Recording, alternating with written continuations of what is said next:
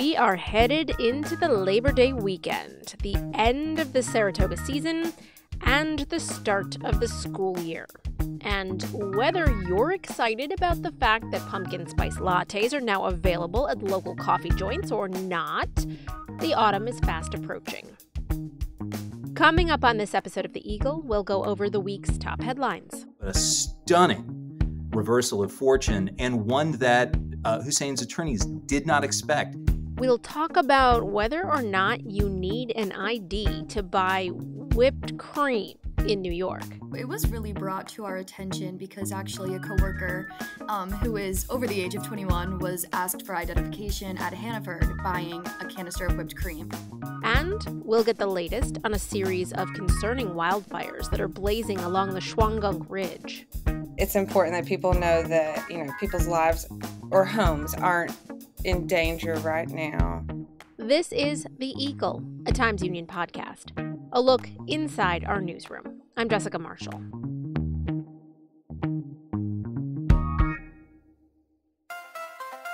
If you're enjoying this podcast, take advantage of all the Times Union has to offer and support our efforts to bring in you award-winning journalism by becoming a Times Union member today. Go to timesunion.com/subscribe.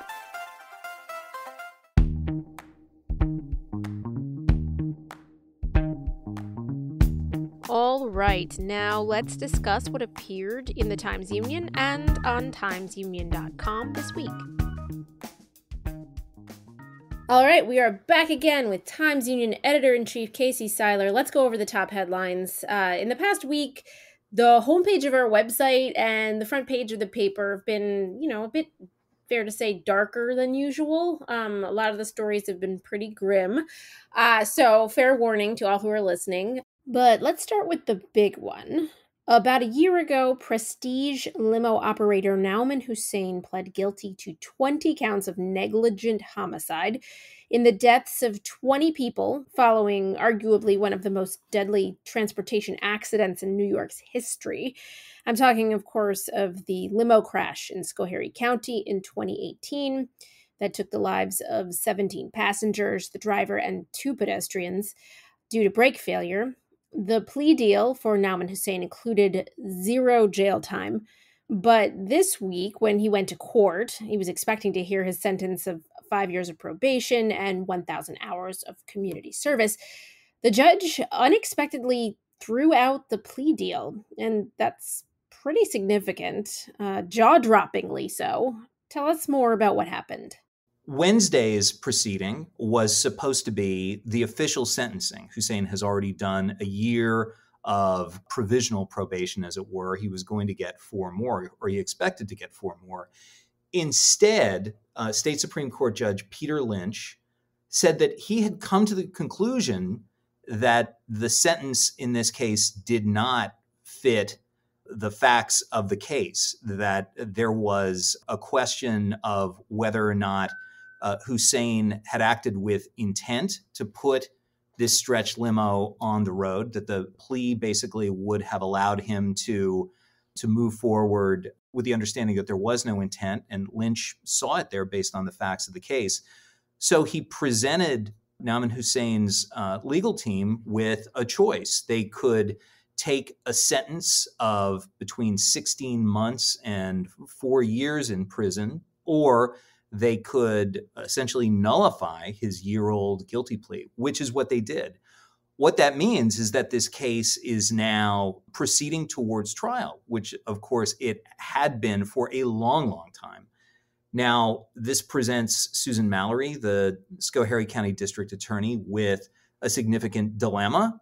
Does she, repropose a new guilty plea that does include some jail time, or will she essentially follow through on what everybody agrees is going to be a difficult case? It's a difficult case, unfortunately, because a lot of entities, private entities as well as state regulators, allegedly failed to act, committed sins of either omission or commission that allowed this decrepit vehicle to remain on the road. And figuring out what portion of the blame lands on Nauman Hussain is a tricky business, but one that the families are now very much looking forward to. They have been living with it for a year now, more than a year now.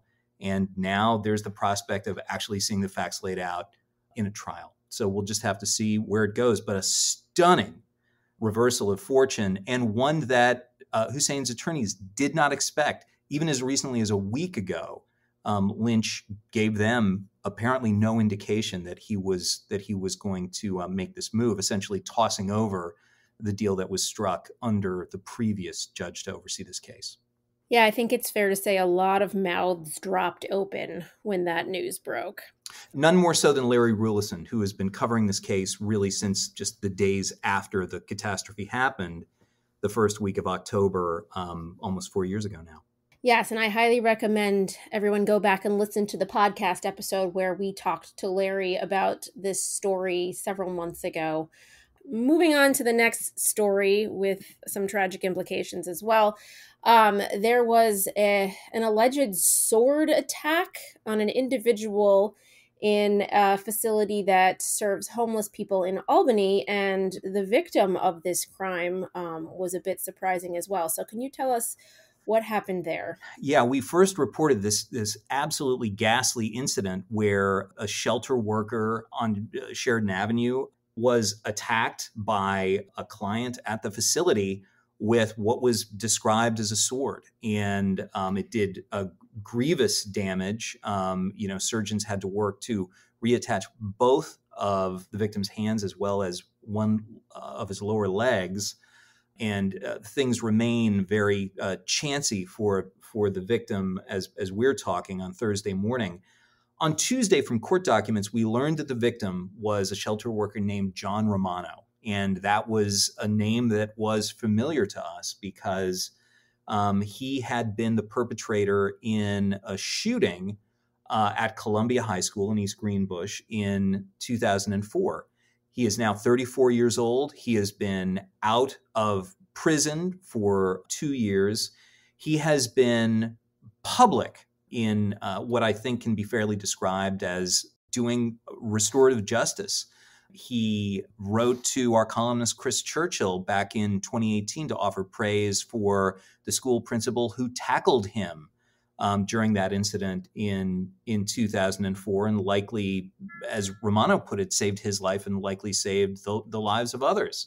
He has spoken openly about the mental distress that he was going through back then and sort of his journey to trying to get better. And just earlier this year, he spoke to a gathering of public safety officials, law enforcement folks up in Saratoga County about the importance of dealing with people who are suffering mental distress, essentially intervening before violence does occur. But if you can do that, if you can prevent them from hurting people, to do so with an open heart at the same time, if you can manage to find that, then you can change their lives, and you can change the lives of the people around them. You can prevent them from possibly hurting more people. You can not only prevent the harm that they'll cause others, but you will make them a better person. So obviously the fact that somebody who has tried to make amends, to do right, should fall victim in such an awful way to the act of someone committing violence. One has to, I don't think we're going out on a limb to say that anybody who would do that to another human being is clearly suffering from some kind of mental distress. It's just remarkable. And just I should say that, the Times-Union does not usually identify the victims of violent crime or really any crime unless they go public with it themselves. This was kind of the exception that proves the rule, I think it's fair to say. There were, significant discussions among senior editors about this, and we tried to be as careful as we could. But obviously, for all the reasons we've just discussed, his identity is exceedingly newsworthy. Definitely one of our darker weeks here at the Times-Union for sure, just by sheer volume of headlines alone. Let's move on, though, to one that has a slightly happier ending and involves a celebrity. So what is happening out in Duanesburg, or what happened this week out in Duanesburg? So Jonathan's Pizza and Italian Cuisine, which is a popular joint out there, is being sold. Unfortunately, for sad reasons, Vince Saigon, who with his family, they've owned this place, he's suffering from a cancer return bout. I believe his fourth, according to Steve Barnes, who wrote this story up, and tragically likely terminal. The good news we can extract from this is that the restaurant really at the last moment, sort of on the cusp of the sale, lost what is considered to be one of its most prized artifacts, and that's a menu that had been signed by Harrison Ford, who had visited the joint roughly 2 decades ago. And this was, of course, a beloved keepsake for the restaurant. It disappeared. After it did, and after the word went out on social media, it was returned with a story that I think if it was told to you by one of your children, it would prompt a cocked eye. The person who returned it said, I was told by a friend that they were going to leave a keepsake for me in my vehicle. They came outside and the menu was in the vehicle. But happy ending, menu returned. I'm not sure what Harrison Ford would say about it, but I have a pretty good idea.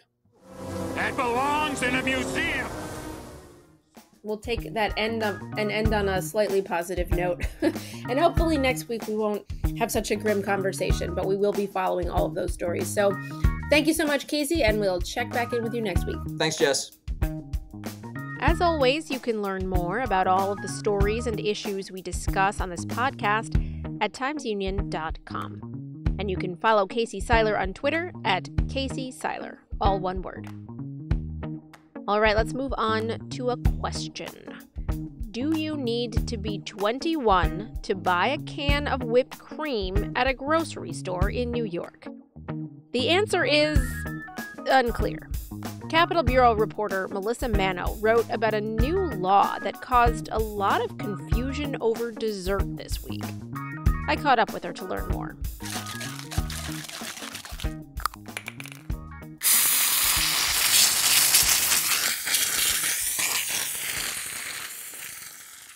When you reported this story earlier this week, it made kind of a big splash. The idea that you had to be over 21 to buy a canister of whipped cream at local grocery stores and convenience stores. So that's how that started, but it's ended in a different place, obviously. There's been an update to the story, but let's start there.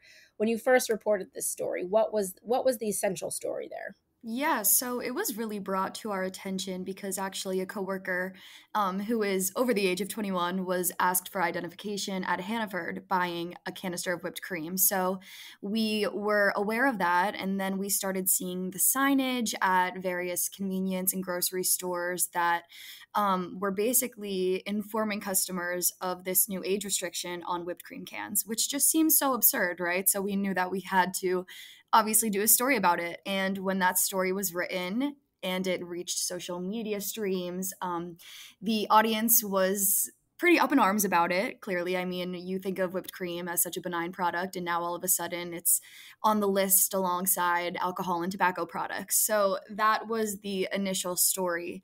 What did this stem from? Tell us about the legislation that caused this. Yeah, so the bill was actually signed into effect November 2021, so it's strange that it's taken so long to kind of reach grocery stores in the capital region, but the bill was sponsored by Senator Joseph Addabbo, who felt pretty passionate about this issue of teenagers using whippets. It's a popular recreational drug in which people improperly use these canisters to inhale the nitrous oxide gas it's inside of the chargers. Basically, the secretary told me that they had done neighborhood cleanups in different areas of Queens where these disposed of whipped cream chargers were just littered throughout the streets, and they had received lots of complaints from residents talking about how the use of this drug was so rampant amongst teenagers due to the relatively easy access for them to buy these chargers at local convenience stores. So that's really what motivated him to get this law passed that would basically deter teenagers from having that easy access. But the confusion arose from grocery stores and convenience stores not knowing whether the law put the restriction on all whipped cream cans or if it had to do with just the specific chargers themselves. So that's where the confusion arose. So you're talking about a whipped cream canister that uses a special charger that is built inside of it or put inside of it that contains nitrous oxide. How does it work? We're talking about whippets, right? Yes, it's known, its street name goes by whippets. And yeah, so basically the way that it works is whipped cream cans have these chargers inside of them. They're these small steel, typically 2-inch chargers that allow for these cans to propel out whipped cream, in the way that we know that makes it so easy to grab it on the go and throw some whipped cream in your mouth, Where you just kind of turn it over and just empty it into your mouth. Me too. Yeah, it's great for that. But the adverse consequence of that is that you can use those chargers inside to inhale nitrous oxide because the chargers, they're filled with that gas. So I think that one of the big issues with whippets, and certainly something that the senator quoted in his statement for passing the legislation, is that there's this false pretense that is widely accepted that nitrous oxide, inhaling it, is a safe recreational drug. I think that's probably spread due to its common use in dental procedures, but there's actually a lot of effects. That inhaling it can cause comas, can cause seizures, even sudden death in some cases. So that's really why the senator wanted to prevent the easy access to teenagers so that we have less people trying this as a drug and doing it improperly. That was the story earlier this week. Obviously, you laid it out. Grocery stores, convenience stores that sell whipped cream canisters were starting to card people for that, and it created quite a stir. But that's not quite what the law had intended, right? There's a lot that's kind of strange about this law. So the first thing is, when I wrote the initial story, I reached out to people in the grocery store association. I spoke with people that were in charge of various grocery stores, and basically they all kind of shared this, that they all agreed that they hadn't even heard of the law really until a few months ago, which it was signed into effect in November of last year. So the first thing was maybe people were thinking maybe there was an issue with the tracking of the legislation, and that's why it took so long for them to be informed about it. And that's why only recently did Capital Region stores begin the carding, begin putting up the signage and whatnot. Once the story was published and once more stores kind of jumped on board and once all the comments rolled in, I think that the senator became aware of some confusion surrounding the law. So after a discussion with the Attorney General yesterday, the Attorney General basically confirmed that the language of the bill indicates that it is the nitrous oxide chargers themselves that are subject to proof of ID, and that residents under the age of 21 will still be able to purchase cans of whipped cream at local stores, and that does not require proof of identification. So the chargers are sold separately. Yeah, so according to a press release, the senator said it was his opinion that store owners might have been unaware that these cartridges could be bought separately at some local convenience stores, and maybe that's why the misinterpretation happened. But yeah, these chargers can be sold separately. They can be bought individually or in refillable packs. And they're typically only purchased for industrial use, by maybe ice cream shops or, chefs that are making large batches of homemade whipped cream. It's not typically things that you would see at any local grocery store. But still, they could be sold. Yeah, they could be sold at local grocery stores. And the press secretary for the senator said that he's unaware of the way that things are in the Capital Region. Maybe it's a little bit less common to see here, but he said that in New York City, it's common for convenience stores to sell these packages of these single chargers, and that's where these teenagers are having such easy access to inhaling the nitrous oxide gas straight from the device.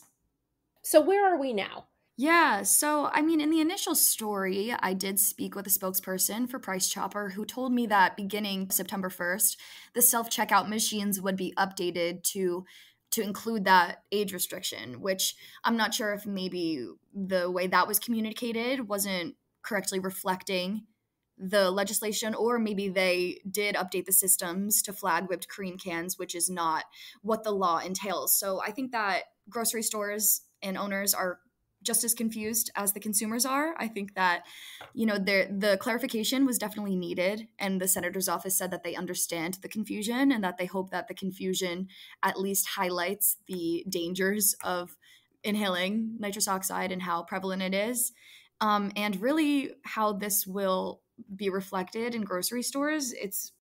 that's something we're not going to see until the next few weeks when we go and see if the signs have been taken down, see if you can buy that can of whipped cream and not be asked for identification. It was an issue of misinterpretation, and if the clarification hasn't been distributed, then it might take a while for grocery stores to enforce it correctly. You can follow Melissa Manno on Twitter at MelissaM8. After the break, 3 wildfires are raging in the Hudson Valley right now. We'll have the latest updates on efforts to contain those blazes.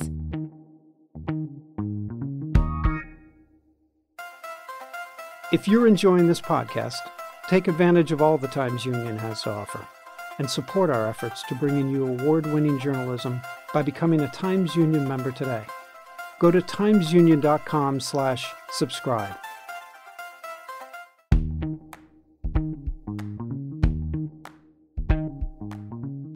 Welcome back. You're listening to The Eagle, a Times Union podcast. I'm Jessica Marshall. Minnewaska State Park Preserve in Kerhonkson is closed until further notice as crews battle 3 wildfires that began this week. Hudson Valley Bureau reporter Lana Bellamy has been following the efforts to douse the flames, so I asked her for an update.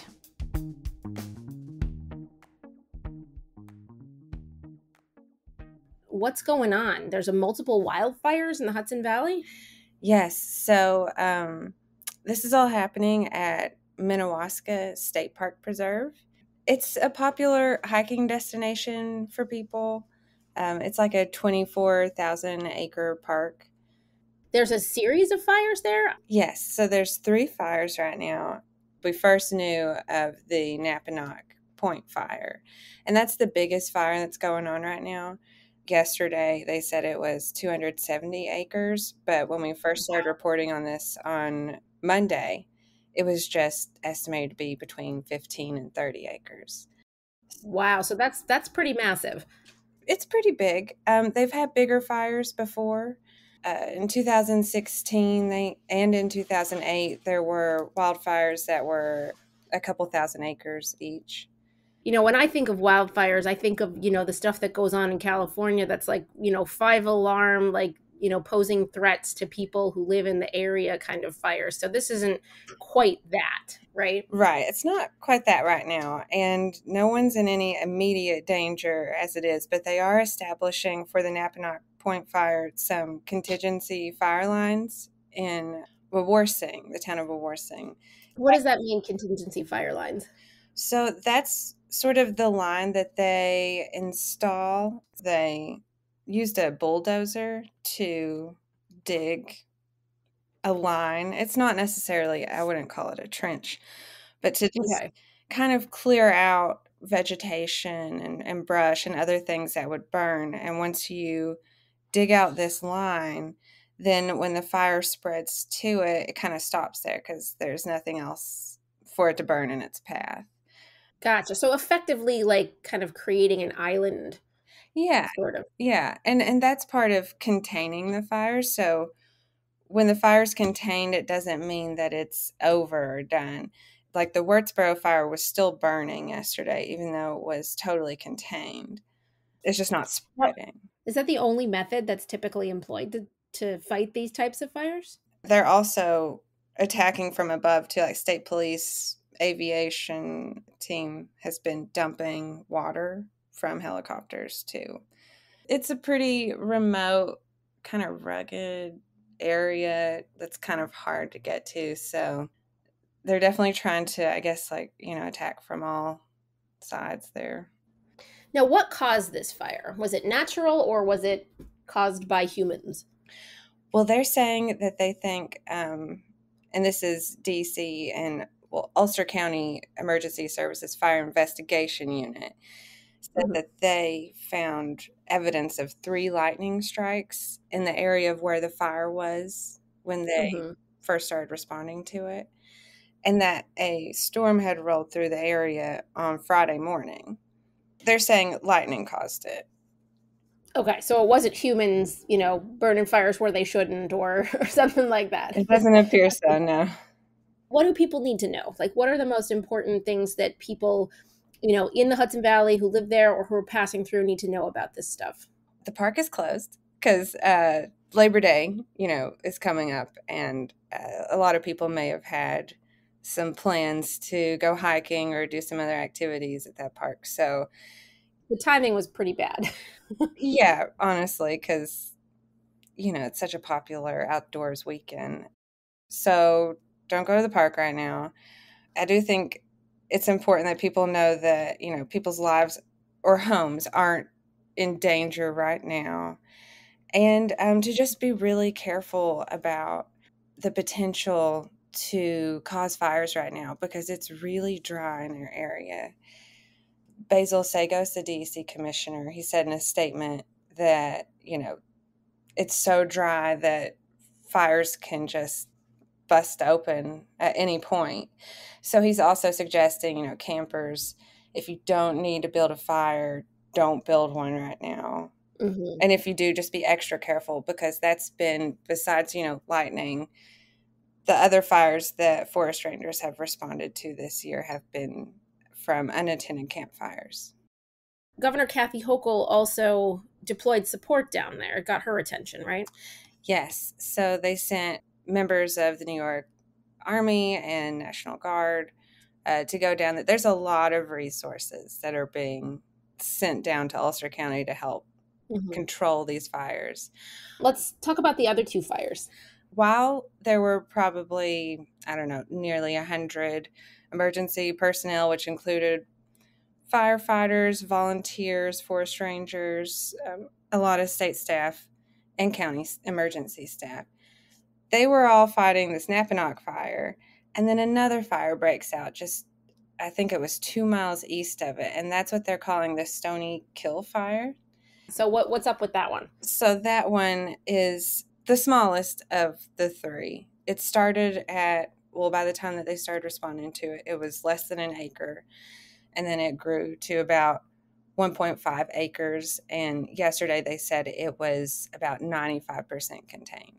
Oh, that's good news. Yeah, that is good news. So hopefully that won't, cause much trouble. And then the Wurtsboro fire is the third fire this week. So that one is a little bit further away from the Napanock fire, but it started around the same time over the weekend. It grew to about 70 acres. But they have that one fully contained right now. Oh, that's good. That's great. So the Napanock fire is really the main concern right now. Yes. We had a series of storms this week that dumped a lot of much-needed rain on the region. Did that help quell the fires at all? We thought, too, that was going to potentially extinguish the fire, but it did not. It did buy the firefighters some time, though, and slowed down the spread of the Napanock fire. But what they really need is just like a good soaking without lightning and not a lot of wind. You can follow Lana Bellamy on Twitter at LanaBellamyTU. All right, that's it for this week. I'm Jessica Marshall at Jess_on_ice on Twitter. We'll be back next week with another look inside the newsroom here at the Times-Union. In the meantime, check us out on Facebook, Twitter, YouTube, and Instagram at Times-Union, or head on over to timesunion.com for the latest news and features. The Eagle is a production of the Times-Union. It's produced and edited by me, Jessica Marshall, with help from the Times-Union digital team and the newsroom. Special thanks this week to Casey Seiler, Melissa Manno, and Lana Bellamy for their contribution to this episode.